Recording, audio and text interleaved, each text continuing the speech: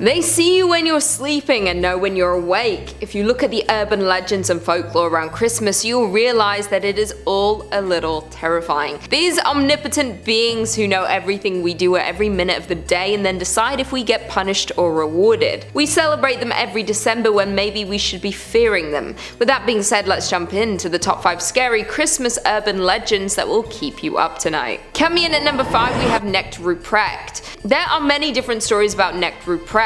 Some say he is a demon, others say he is a dark elf. The word Knecht in German means servant. He is a servant to St. Nicholas at Christmas time. There is a story told to the children of Germany how he became the servant of Father Christmas. One night, St. Nicholas was traveling across Germany and needed to rest for the night. He found a little inn tucked away in a forest. When he entered the inn, he noticed that something didn't seem right. He had stumbled onto a crime that had just happened at the inn earlier that night. Ruprecht was the innkeeper. He had taken the lives of his 3 sons. He had then put their bodies into the pickling barrel. St. Nicholas, due to his great power, was able to bring the boys back to life. He took Ruprecht to punish him for his actions. It is said he cursed him with immortality. That way he could forever suffer as his servant to repay his crimes. Knecht Ruprecht is a wild-looking man with great bushy beard, dressed in a hooded brown cloak. He is always seen carrying a large stick and a bag at his waist. It is said he has bells attached to his cloak so you can hear him coming. Children in Germany are taught that Christkind brought gifts on Christmas Eve, while St. Nicholas brings treats on December 5th.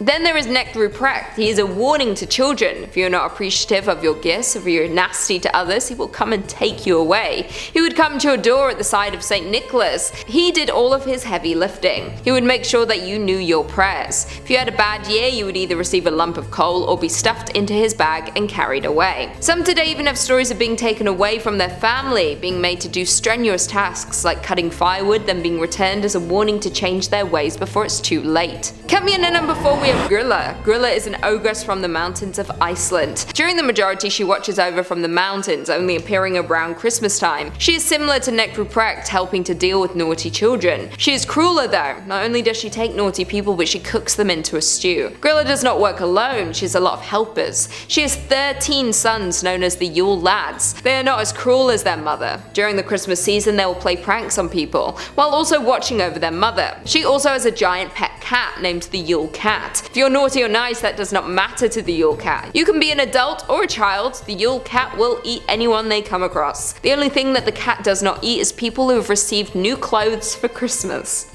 So f***ing weird. She is married to her 3rd husband, Lepaluo. He lives in the Dimmuborgia Lav Fields. This is known as one of the most supernatural locations in the world. There are many tales to scare anyone from attempting to visit. It is reportedly the site where Satan himself fell to earth. Gryla is feared throughout Iceland. She is a warning to all children to behave or you will be on her list. Once you're on her list, there is nothing you or your parents can do to stop her from coming to take you away. Coming in at number 3, we have Bertha. Bertha, also known as the Frau Perchte, is a Christmas time witch from southern Germany and Austria. Her appearance is that of an old crone. She has a beaked nose made of iron. She wears rags and carries a crane. She hides a large knife under her rags. Bertha is known for her obsession with domestic neatness. She is obsessed with people keeping a clean home. Legend has it that you have to have your home in order by January 6th. By this time you should have made sure your home has been cleaned for Christmas. This goes back to an old tradition when women were not only homemakers but were expected to make the clothing for their family. On this day is when you would start to create the clothing after the holidays. Bertha's job was to punish these lazy women who hadn't started their weaving. In more modern tellings of Bertha, she looks for domestic distress. A messy home will attract her vengeance. She is said to set fire to a messy home. She looks to clear the mess while also punishing the lazy. Unlike the others on this list so far, this is not a tale to scare children, but the adults. If you don't take care of your home, then she will take care of you. Apparently there is one thing that might save you. If you leave out a bowl of traditional porridge for her, she might forget the mess. Coming in at number 2, we have Belsnickel. Many people have heard of Belsnickel thanks to The Office. Belsnickel comes from folklore in Pennsylvania, Dutch communities originating from Germany. He is also often seen as a right-hand man to St. Nicholas. Belsnickel likes to dress in furs and sometimes wears a mask with a long tongue. He carries around a whip in order to beat those who have been naughty throughout the year, but also cakes, nuts and sweets in his pocket to reward those who have been good. In some areas they are not told of Santa or St. Nicholas at all. They only know Belsnickel to decide who is naughty or nice and give them the appropriate gifts,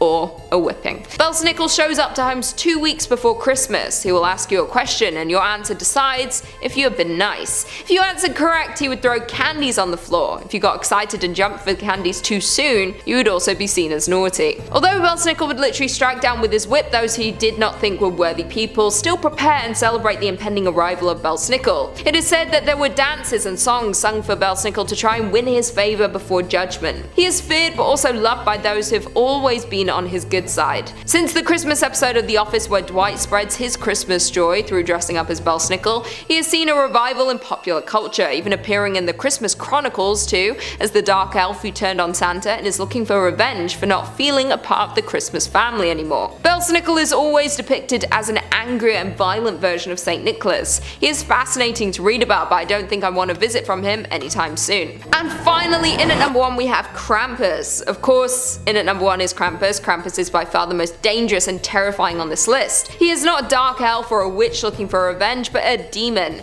Some even say he is the brother of Satan. Some say that Krampus folklore even predates that of St. Nicholas. He was then incorporated into Christian winter celebrations, being paired with St. Nicholas, who of course is the good side to the bad depiction. Krampus resembles the devil with large horns and red skin. He has sharp, dangerous teeth with dark, sunken eyes. He has a large tongue that he also keeps hidden, as well as hoofed feet. Sometimes he will choose to wear a hooded cape to hide his face. The cape resembles that of Satan, so he can trick people into thinking he is him. Overall, he appears to be a half goat, half demon nightmare, so he's extremely terrifying. Unlike the others on this list, he has direct ties to the underworld and is able to haul those he sees as naughty down there as punishment. Austria banned all mentions and celebrations of Krampus in 1932, as it was seen as a celebration of the devil and they were fearful of what he could and might do to people. Krampus also carries chains. Appearing to once have been his own shackles, he now uses them to keep people in line. The event, called the Festive St. Nicholas, is celebrated in Europe on December 6th. On the night before this, Krampus appears joined with St. Nicholas. St. Nicholas only concerns himself with the good,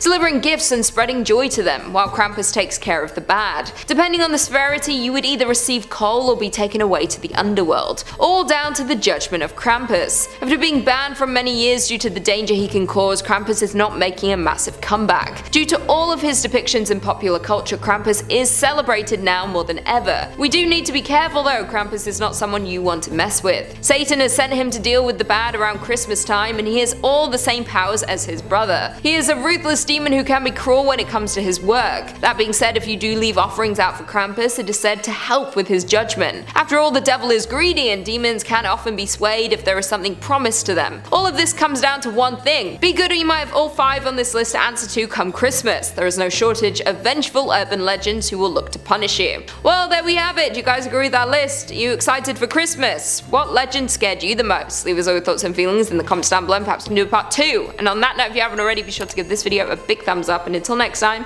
I'll see you later. These omnipotent